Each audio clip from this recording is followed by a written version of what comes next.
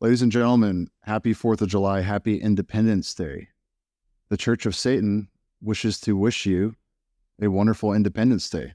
And Satanism is actually more in tune with American ideals than Christianity is. That's the message from the Church of Satan today.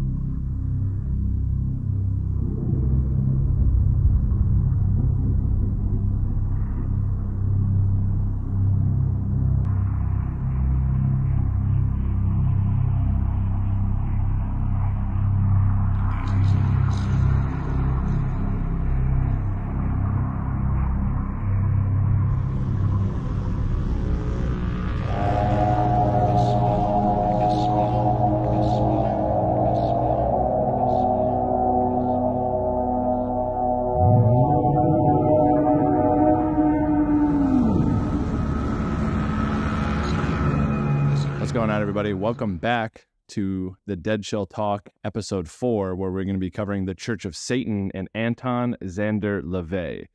Now, before we get going into this, I want to give y'all a warning, just like the last episode, that we are going to be talking about the history and the structure of the Church of Satan, who Anton Levay was, and we're also going to be diving into the Sigil of Baphomet, its use, its construction, and talking about some of the satanic Bible elements.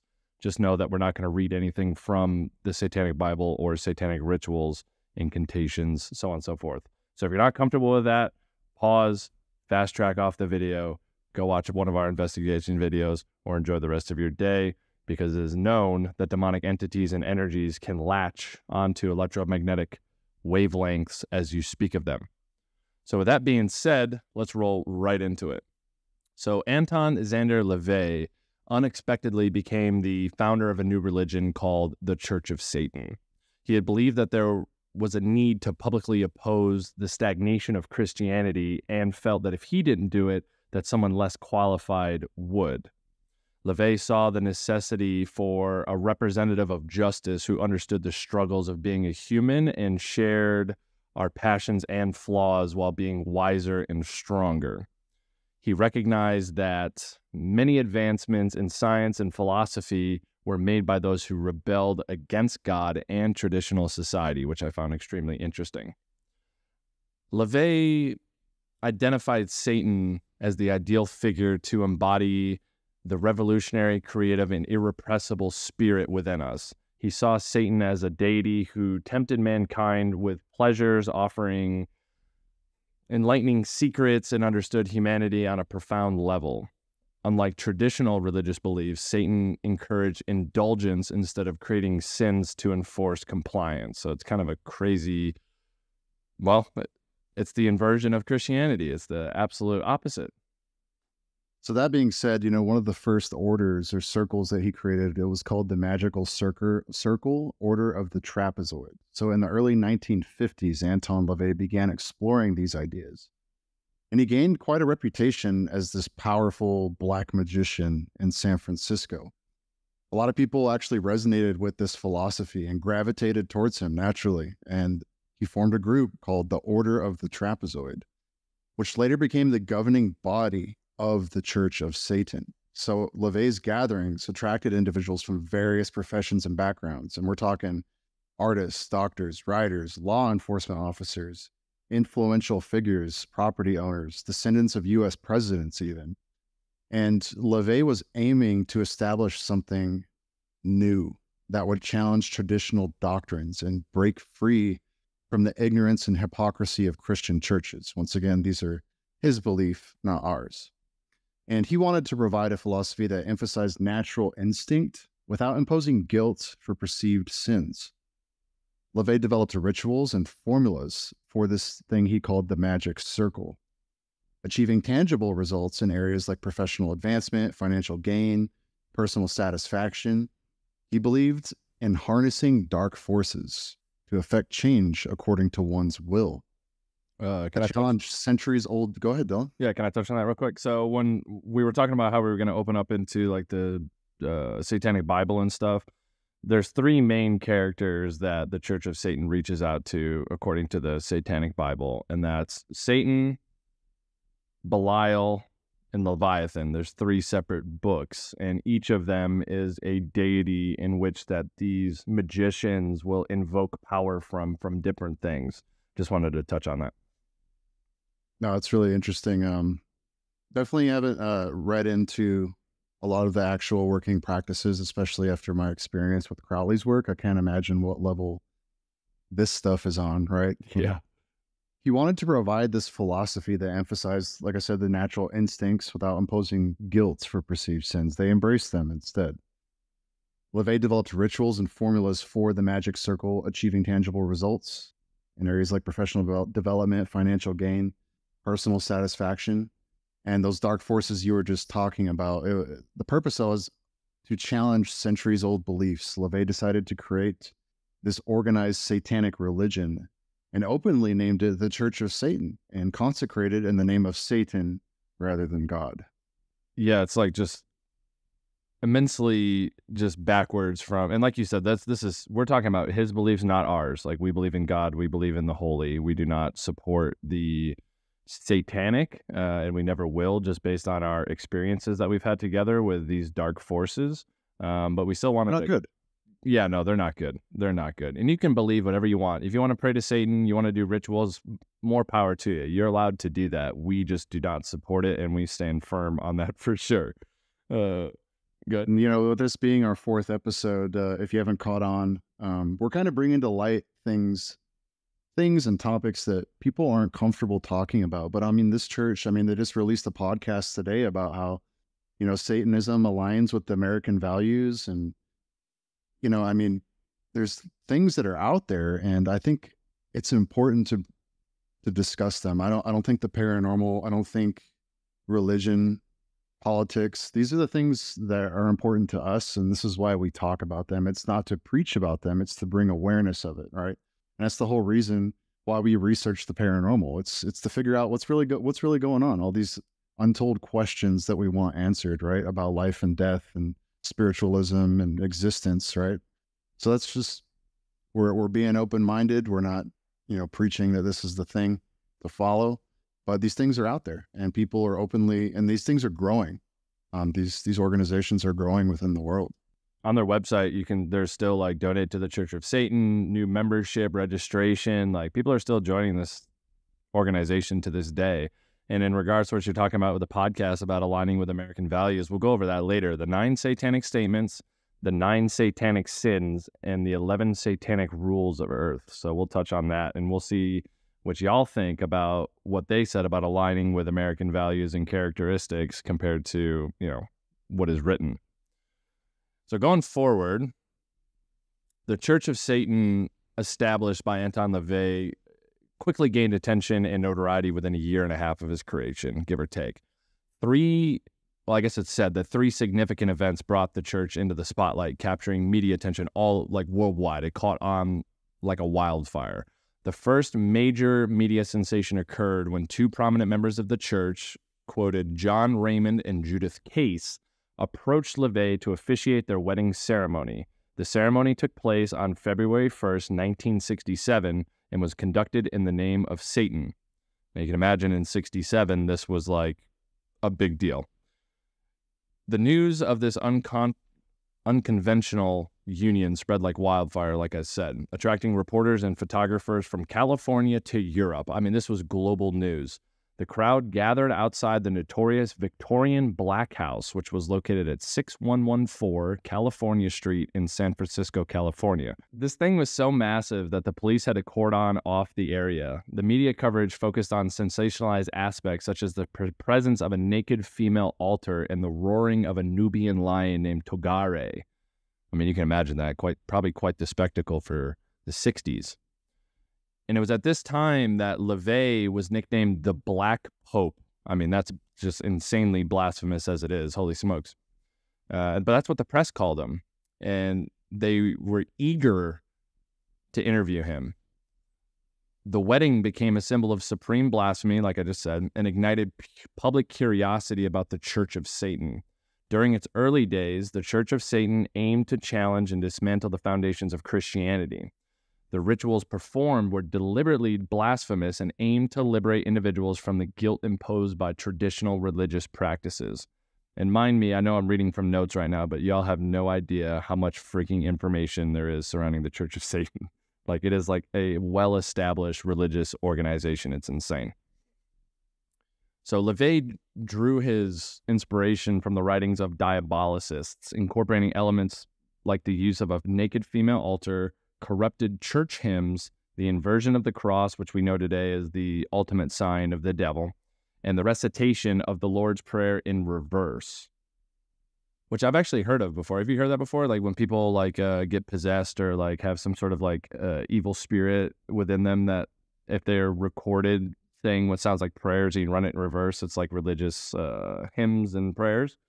I know there was this huge like panic in the 80s, which we're going to touch on later, where a lot of rock bands, if you played their stuff in reverse, it would see like that Led Zeppelin song, right? That's probably further than back than the 80s. But yeah, the Stairway to Heaven, if you play it backwards, it has the lead singer saying 666 and Satan and all this stuff. So it's really bizarre. And then, you know, it kind of like incorporated itself in media and just kind of went from there. Yeah. And with that, those rituals that they were doing, these mockeries of the Trinity, aimed to provoke and shock lapsed Christians who attended out of curiosity. So like basically like people who weren't stalwart in their faith, he was trying to like shock the system and show them like a different side to things. I don't know what was going through his head, but that's what it seems like to me. But Levay soon realized that merely mocking Christianity wasn't enough. He wanted to develop rituals that were not only blasphemous, but also positively impactful and exciting. And he recognized that the potential of group rituals as a combination of psychodrama and psychic direction. Instead of dissipating bioelectrical energy, he sought to structure, shape, and direct it towards specific goals. And if you get into the 3 books, talks about attraction, destruction, and self-progress. And this is where he kind of saw the gray area between psychiatry and religion that remained untapped, and he wanted to harness it through applied magic, going beyond like parlor tricks that have been going on before. And to further challenge societal perceptions of Satanism, Levay decided to hold the first public satanic baptism. You can imagine how what does that look like? Dude, I don't know. Well, I think it would be something similar to like the witch's mass, like the devil's communion. But like my wife, I was actually talking to my wife about it, and she's like, what does that look like? She asked me the same question. She's like, do they baptize the baby in blood, like goat's blood or cow's blood? I have no idea. Probably not, but I'm sure everything's like backwards. You know what I mean? Like a mirror image of like a holy baptism, like upside down crosses and black instead of purple and gold, you know, stuff like that. Instead of dipping yourself in the water, you're in the water and then you dry yourself off. Everything's just backwards and upside down. The baptism ceremony was deliberate and contrasted to Christian baptisms, which was seen as imposing unwarranted guilt. Levay aimed to glorify the natural instincts and lust for life, dedicating the life of his own 3-year-old daughter, Xena, to Satan. So this dude, like, literally was just like, here you go. Like, here's my daughter. Well then. I mean, people do it, you know, to their children before, you know, they know what's going on with the world. So I guess that's a part of the First Amendment. Yeah, I mean, that's what I said. Like, you can practice whatever you want. I mean, people are obviously going to get upset about it, but, you know, who's to say that they're right or you're wrong? You know, that's the beauty of the Constitution. And then goes on to talk about, you know, other media coverage, like him doing a funeral for a Navy man named Edward Olson. He became a member of the Church of Satan, and people were outraged all over the place during the funeral processions because this man was dead, and instead of being a Christian burial, people were yelling "Hail Satan" and all this stuff. There was even an archbishop after this event that wrote a angry letter to President Johnson because of the whole thing. The interesting thing about it, though, is that, you know, on your dog tags when you're in the military, you can choose Satanism. You can choose Jedi. You can. Yeah, you can. But you can also choose Satanism. And it was this event, actually, this funeral procession of the sailor that led to the establishment of Satanism as an official religion in the chaplain's handbook for the armed services. I bet the judge advocates had a field day with that one. Yeah.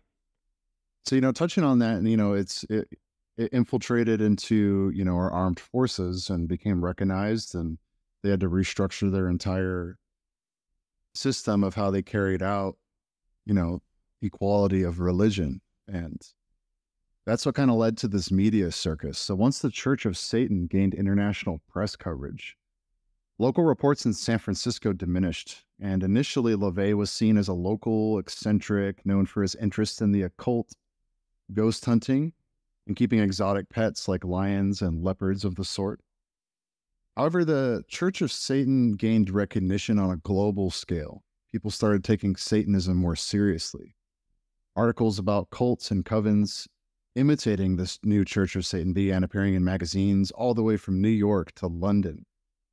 By the time Levay released his Satanic Bible in 1969, the church had already amassed a membership of over 10,000 individuals worldwide. Major publications, including the Cosmopolitan, Time, Newsweek, and 17, featured articles on Levay and the Church of Satan. Levay's own wax figure was displayed in various museums worldwide, including the renowned Madame Tussauds in London. The church also received significant media attention through Levay's radio and television appearances, including an elaborate on-camera ritual performed on Johnny Carson's 7th anniversary show. All right, I gotta interject here. All right, so when we talk about, so remember when Father Amorth, we were researching him, and he said that the devil was becoming more prevalent in society through the indulgence of materialism and publicity and stuff. I mean, this is crazy. 1,000%. I mean, what he said, just doing a little research about what's going on in the world that people aren't comfortable talking about, it's kind of putting some validity to some of his thoughts and beliefs and the way he carried out his life and wrote his books and sent his message to the world.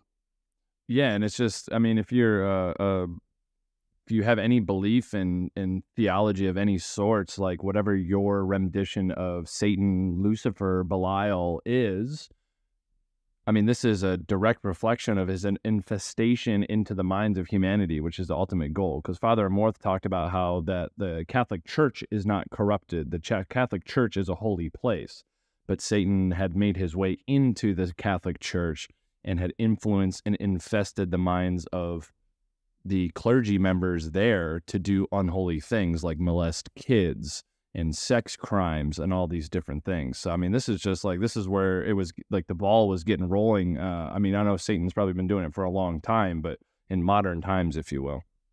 So he was on Johnny Carson's 7th anniversary show. This journalist named Shauna Alexander wrote one of the first articles about Levay for Life magazine, and this was in 1967, describing the clash between the exotic and the mundane in those early days. Arthur Lyon's book, The Second Coming, released in 1970, became a prominent text on Satanism until his follow-up work, Satan Wants You, was published in 1988. This later book provided fresh material on Levay and debunked claims of satanic animal sacrifices and ritual abuse on children. Newsweek magazine also covered Levay's exploits in several articles, raising questions about alleged satanic crimes that had plagued the church since its inception. Levay consistently diminished or dismissed such claims, emphasizing that Satanism comprised an elitist group and people who joined as a passing fad. Due to the presence of a nude female altar in the church's rituals, men's magazines were eager to cover the Church of Satan, often featuring provocative imagery.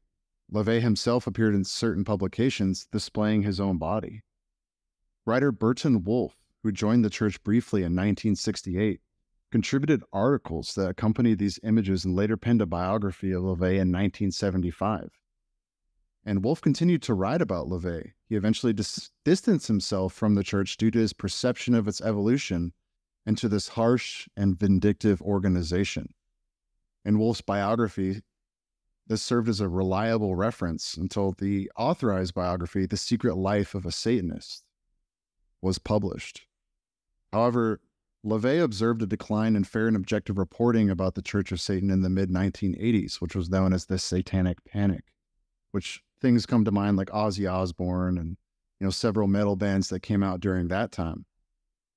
He expressed this belief that if real Satanism were given the same media exposure as Christianity, it would absolutely surpass and eliminate Christianity within a short period of time.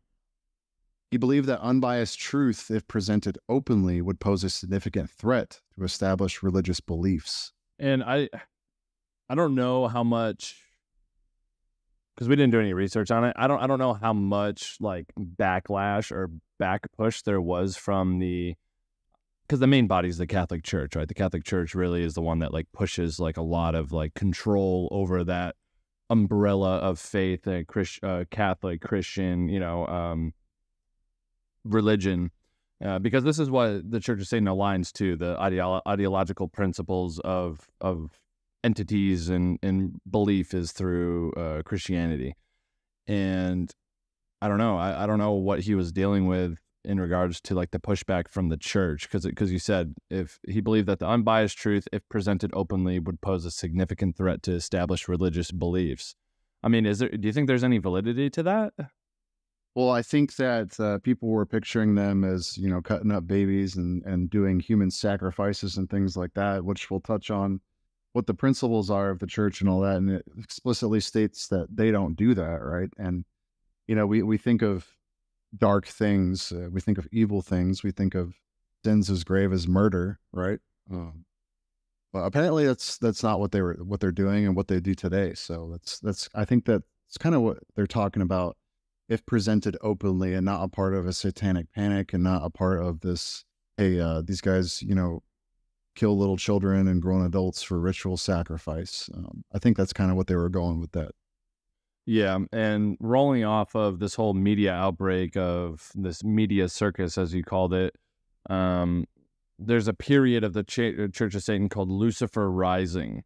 And with that it was a direct spin-off or a snowball effect of this media coverage, as you would expect. And membership in the Church of Satan continued to grow steadily as Levay worked to establish connections with his followers around the world.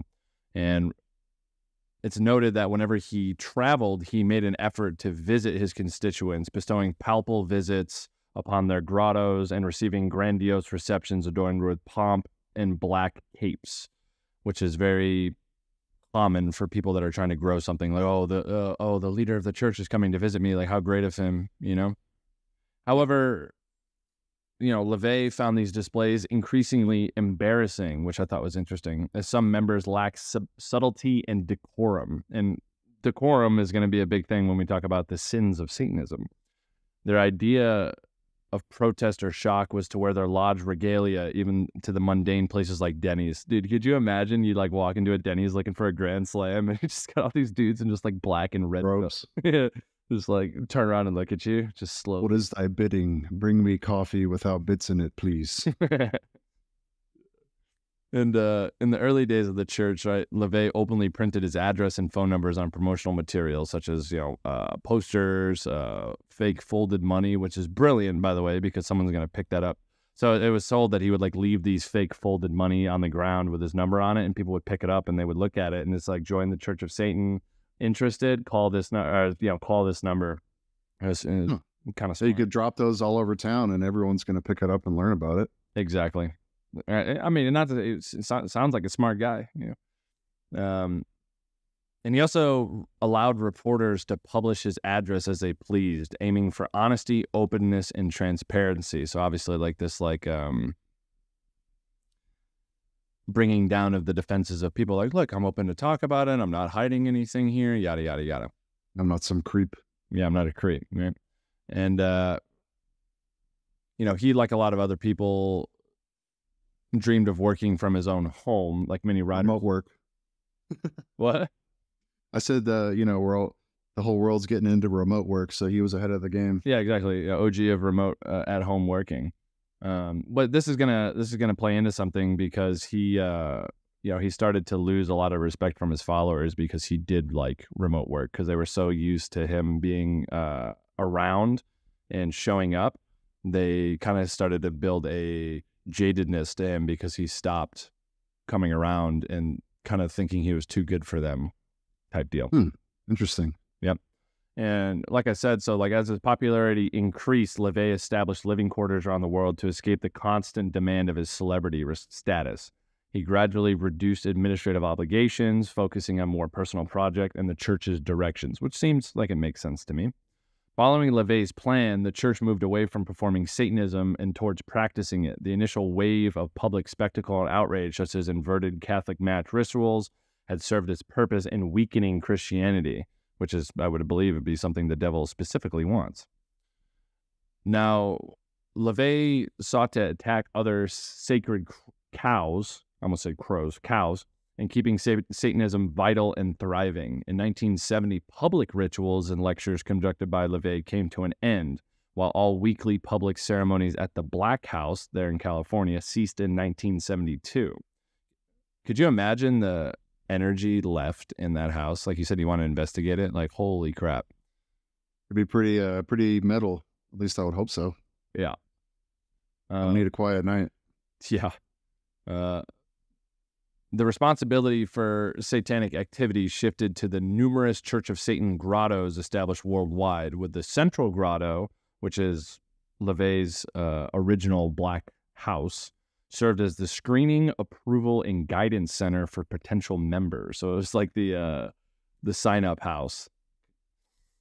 And by 1975, a reorganization took place to eliminate counterproductive individuals who are more interested in superficial aspects of Satanism. I mean, how much do we see that today? If we're talking, what we're explaining here is the legitimate lens of Satanism. Like, how much today do we see like this? Like, oh, it's cool to be a Satanist. I mean, it's everywhere. No, I think a lot of people who wear the imagery and do that kind of stuff, they just think it's cool, right? I don't think it is superficial. I don't think they understand exactly what it is they're prescribing to, right?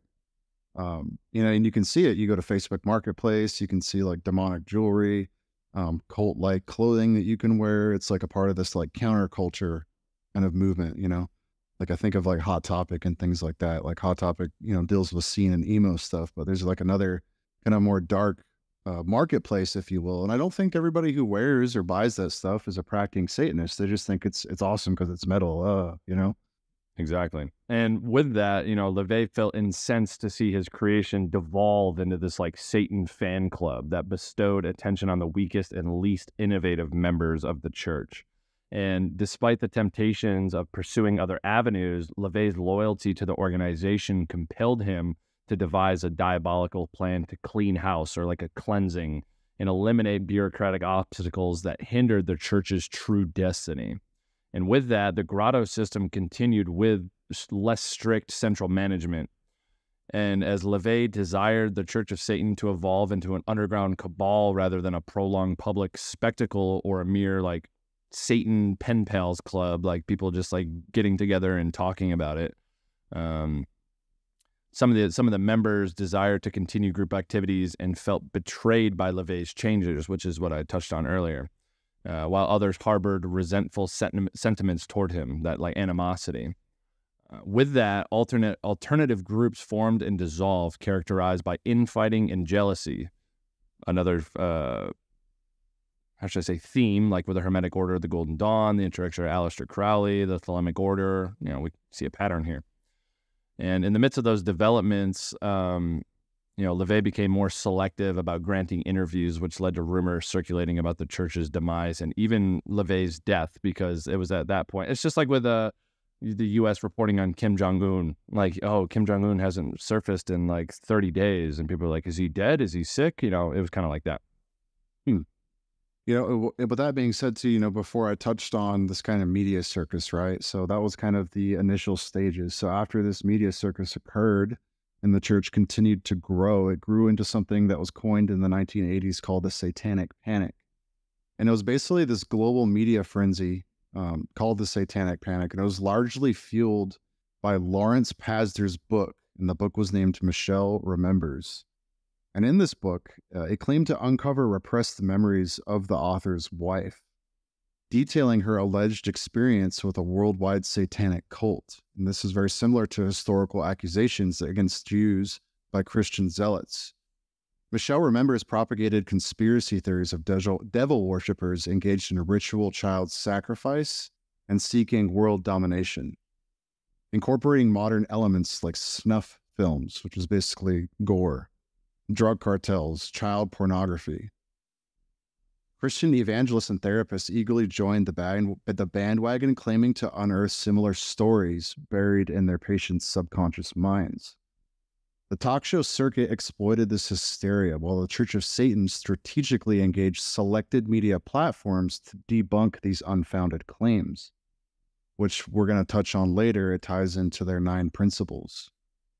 Eventually, this satanic panic was exposed as an urban legend, following the costliest trial in U.S. history, which wrongly prosecuted innocent individuals associated with the day school.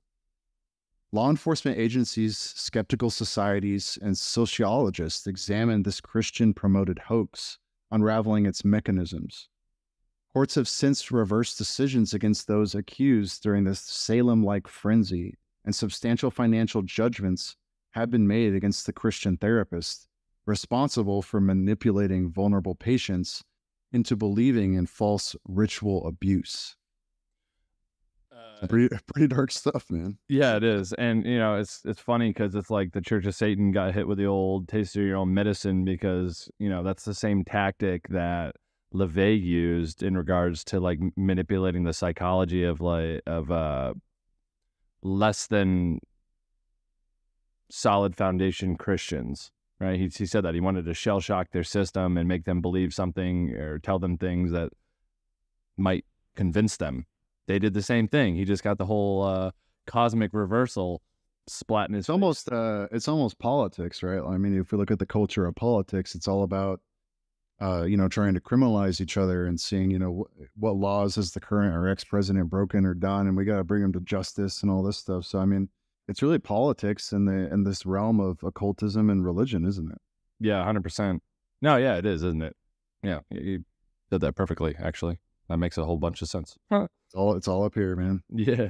And after this whole trial and explosion of trying to break down the Church of Satan, right, during the way forward in the 80s and the 90s, a new generation of individuals with iconoclastic tendencies sought out Anton Levay.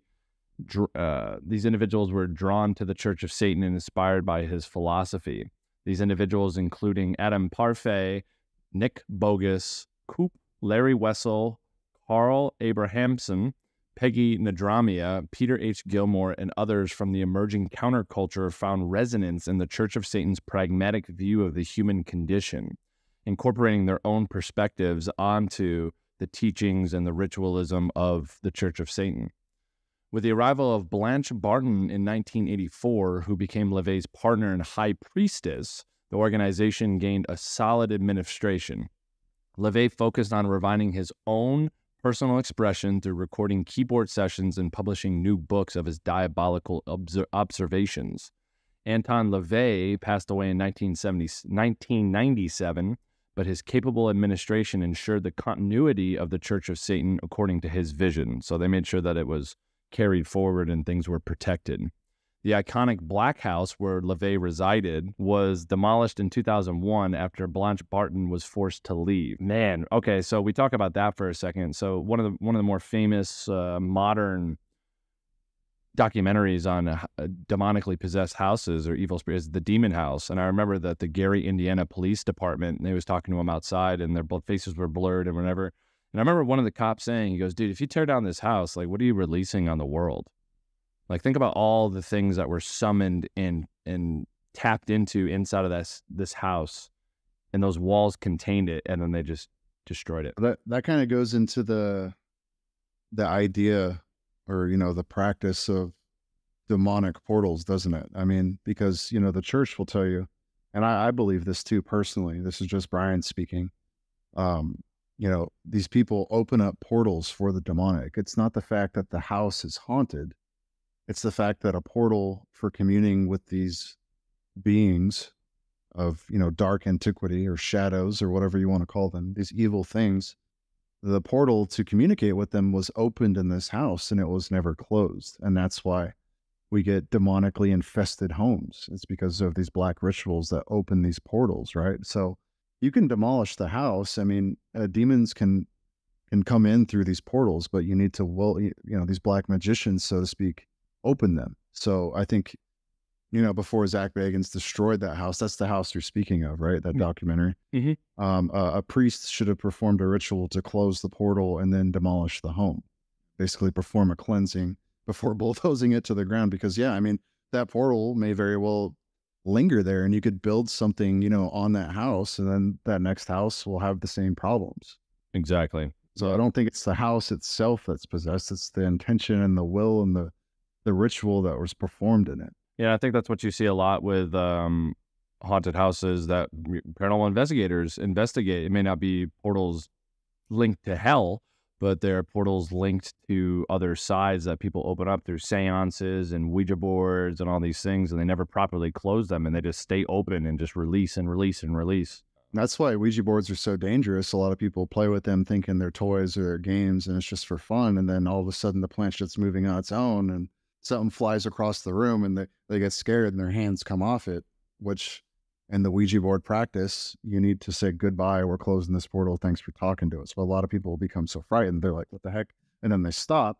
And now the portal is going to remain open. And that's how, you can talk to priests or ministers who have performed exorcisms. They do some investigating. They realize that individual played with a Ouija board, opened up a portal, got scared, and didn't close it.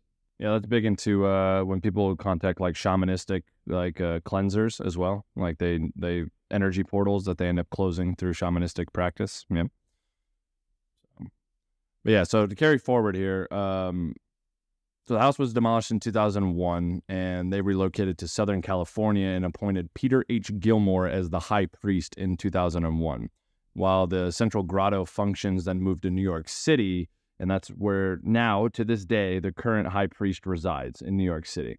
And in 2002, Blanche Barton appointed Peggy Nadermia, wife of Gilmore, as the new high priestess. So with all things being said, we were talking about the history of the Church of Satan and Anton Levay and his life and how it evolved, how this media circus came through, how the satanic panic occurred in the 1980s. We're going to go into some of the symbolism and imagery and some of the deities that the Church of Satan covers, which, my first thought, which is interesting that, the actual practice reflects that, is the sigil of Baphomet and the upside down pentagram. So we're going to go over this briefly and how it is used in the Church of Satan. So the Church of Satan shares the story of their discovery and use of this powerful symbol known as the sigil of Baphomet. Prior to the Church of Satan's emergence and the publication of the Satanic Bible, the goat, pentagram, Leviathan graphic that we're familiar with was not widely recognized as the primary symbol of Satanism. Instead, it was inverted crosses, inverted crucifixes, blasphemous parodies of Christian art, and other imagery that were commonly associated with Satanism. However, after the founding of the Church of Satan and Anton Levay's adoption of the symbol, it became widely recognized as the foremost symbol of Satanism and public perception in the media. The origins and meaning of the word Baphomet are subject to ongoing discussions, but there is no clear evidence linking the symbol used by the Church of Satan to its historical derivation. So I know you bought that book recently, and it talks about different deities of the sort. And in it, we read that Baphomet is actually a mockery of Muhammad.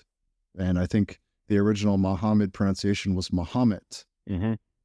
So Baphomet is kind of the inversion, of this, revered prophet, so to speak, in the Islam tradition. So that could be kind of the inversion, because Satanism always has to invert things. That could be where the name Baphomet came from. Yeah, and a lot of people do not know this. This is not common knowledge, is that Baphomet, the expulsion of the word came from the interrogation of the Knights Templar, because a series of Templars were investigated for praying to false deities, and under torture, well, it's said that under torture and interrogation that they claimed Baphomet as this entity that they were, falsely praying to most likely, escape torture and make it stop, because that's what torture does. It never gives you the truth, typically. A confession given under duress. Exactly. And yeah, so it goes it goes way, way, way back to like the original roots of the Knights Templar. And with that, right, we have the unholy genesis of the sigil of Baphomet, right? And this is a text. So once again, like, I'm going to read this, right? There's too much information for me to memorize. I'm going to read this from the text and the script that we wrote regarding this. So if you want to off ramp. Okay. Right, so this text provides an in-depth exploration of the symbolism of the pentagram and the history behind the development of the sigil of Baphomet. It begins by referring to Eliphas Levy's renowned work Dogme et Rituel de la Haute Magie, which is in English is, excuse my French if you speak French, Dogma and Ritual of High Magic, which discusses the pentagram as the blazing star and associates it with intellectual power and authority, which probably has references to the Greek interpretation of Lucifer, which means the evening star, which is all surrounded by the planet Venus. Levy describes the pentagram as the star of the Magi, the sign of a word made by flesh, and a symbol representing the order or confusion, depending on the orientation of its points. It further connects the pentagram to various dichotomies, such as the divine lamb of Ormuz in St. John, or the accursed goat of Mendes, highlighting its capacity to represent initiation or profanation, Lucifer or Vesper, and other opposing concepts. The text then delves into the historical origin of the pentagram's association with demonic activity. It mentions that since at least the early Middle Ages, there have been ritual magic handbooks and manuals claiming to originate from King Solomon, which we are very familiar with at this point, who was legendary for his ability to conjure and command demons in the construction of his temple. One of the oldest of these texts is the Testament of Solomon, which includes a diagram of the pentagram and references Solomon possessing a ring, the ring of virtue, inscribed with the symbol, granting him power over demons. The image depicted in the manuscript shows the pentagram with the point facing upward. However, since the direction of the point on the ring could be perceived either way, it suggests the orientation may be immaterial. I don't know about that. I'm sure it was supposed to be worn properly with the orientation up rather than inverted, but that's just my touch. What do you think? I believe you're right. Absolutely. The pentagram, we actually discussed it in the last episode. The orientation, it's kind of like inverting the cross, right? One of them represents really good things, the other one not so much. Exactly. And if the story is God threw down the ring of virtue to Solomon to, control these demons, I don't think that his intention was to have him invert the pentagram, which is the source of great power, with the top point being the soul or the spirit. Which we've actually, if you off ramp, after this podcast, there's a haunted house in Mineral Wells that they believe Asmodeus his spirit is said to be in that house. And with our, great minds put together, we decided to read a portion of this Testament of Solomon called the Lesser Key of Solomon. And the results that we got were reality shifting, to say the least. Yeah. Yeah, we'll just leave it at that. We don't want to ruin it for you. It's pretty wild. We didn't summon anything, but, this entity in this house certainly wasn't happy that we're reading out of a book that covers how to control demonic forces. Yeah, I think he thought we were summoning him. That's why he was so mad. But that's just our thoughts. Right.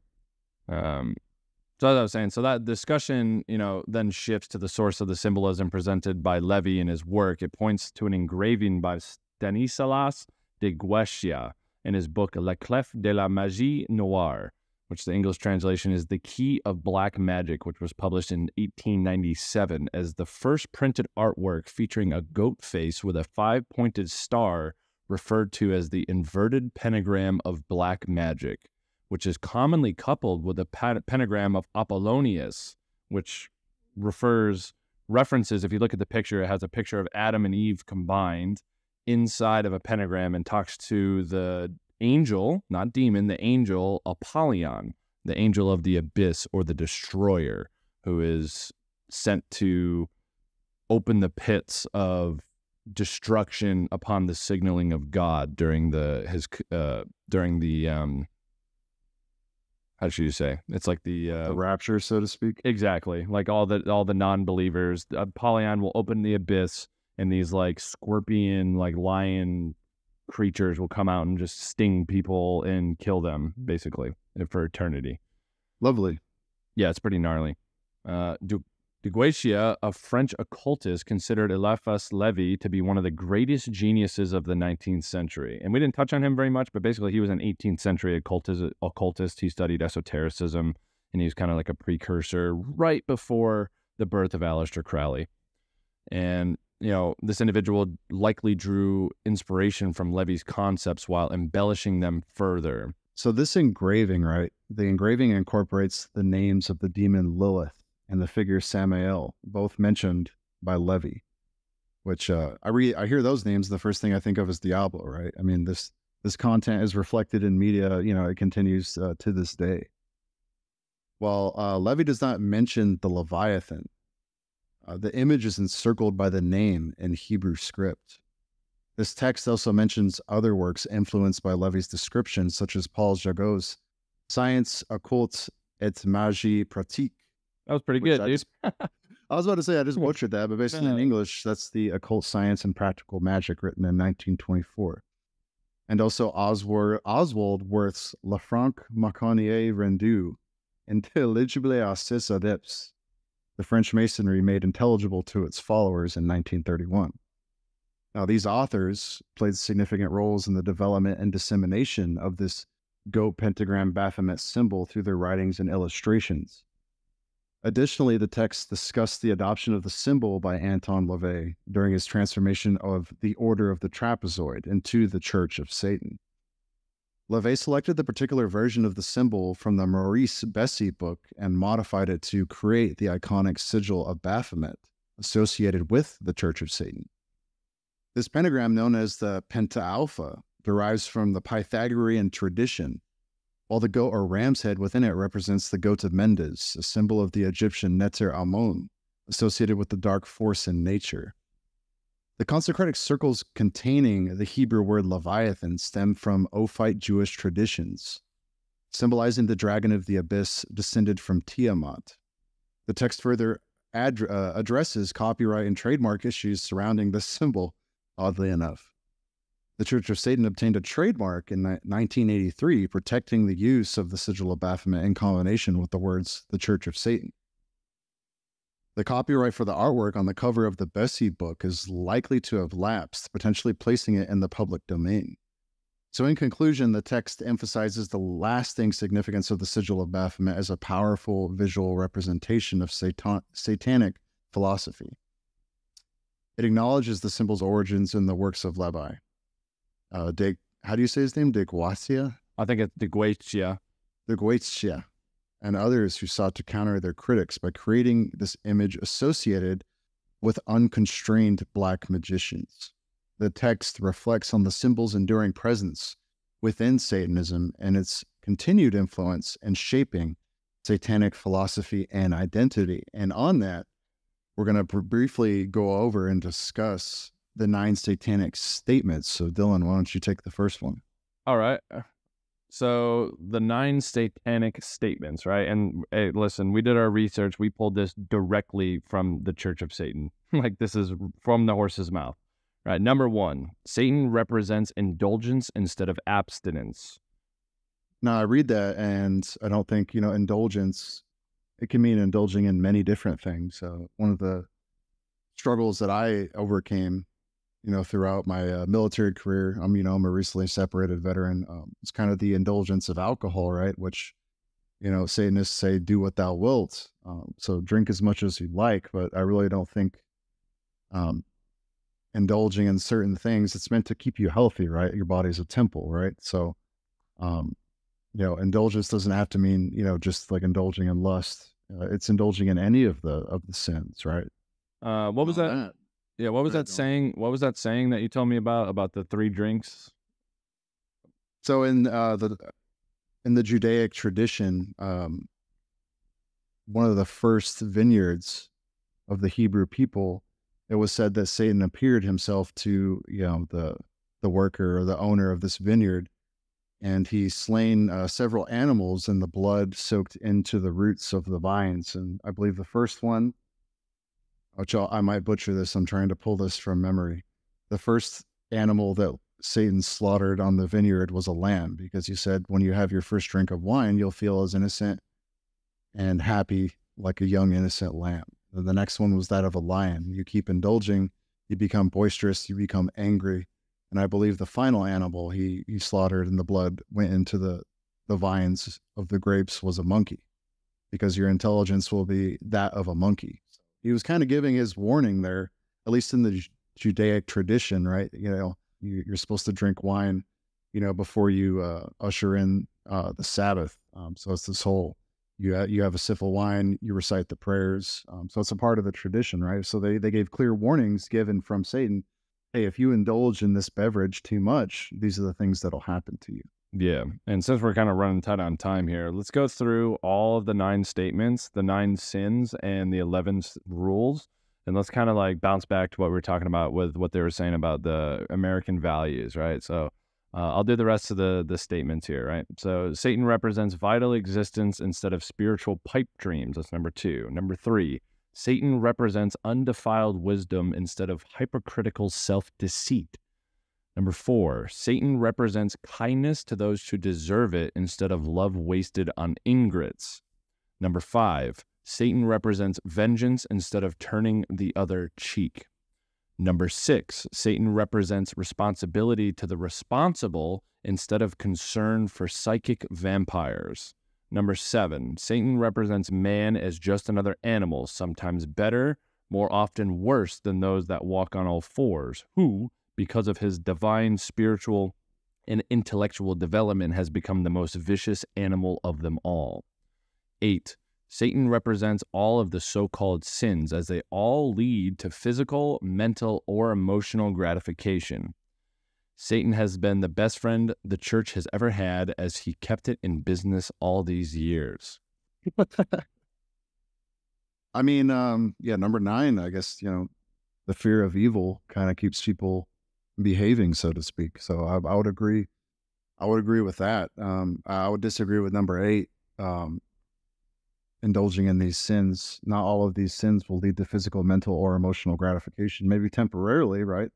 But it's like what happens when you get too drunk. You're gonna get cirrhosis of the liver, destroy your kidneys. There's long-term, consequences of abusing certain things. Or like, having multiple sexual partners, you open yourself up to STIs and STDs and diseases, right? So there's rules set in place to keep your body like a temple, to keep your body healthy, so that you can live a meaningful life.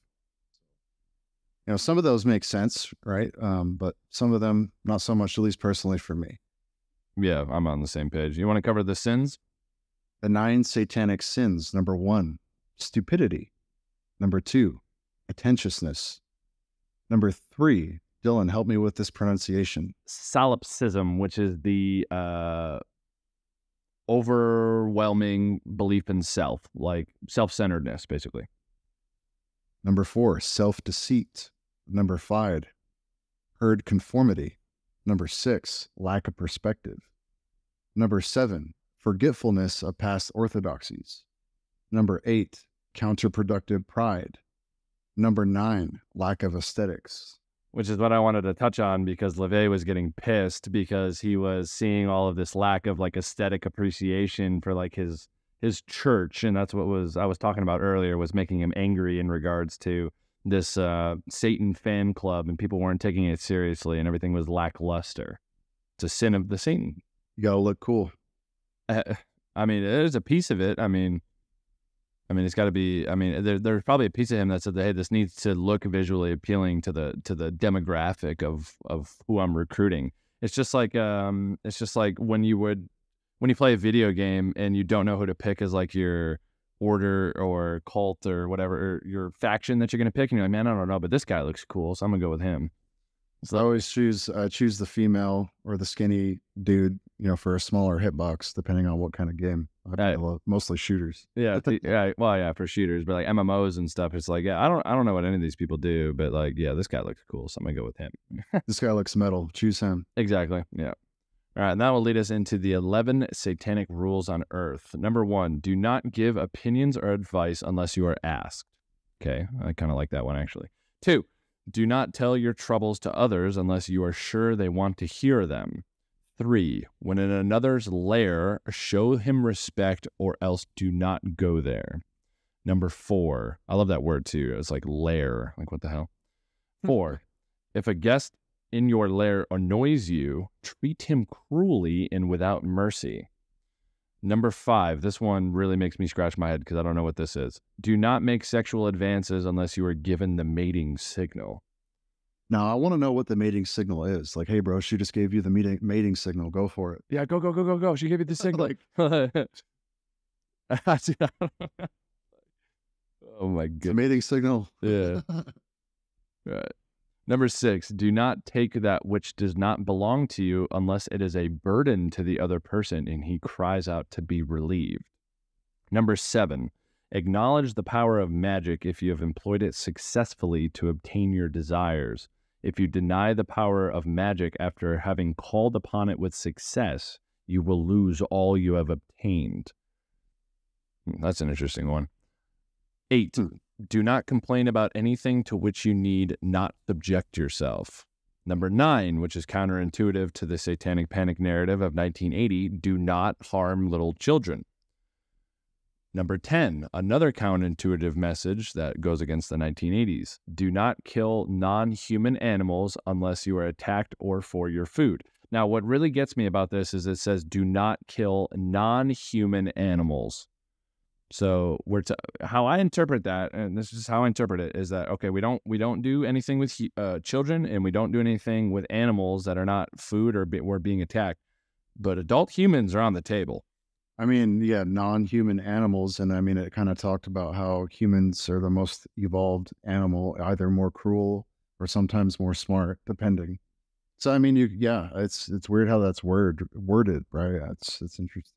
I mean, let's be honest. Like with the stories and what we know about, like what Yorktown, like satanic individuals. I don't know if they're educated in the legitimate like teachings of the Church of Satan, I guess. But I mean, like Eddie was telling us, he walked into the basement of Yorktown and there was a raccoon that had been eviscerated. Guts was everywhere. Head was over here. Arm was over there. Inside of a pentalpha, the black, the pentagram of black magic.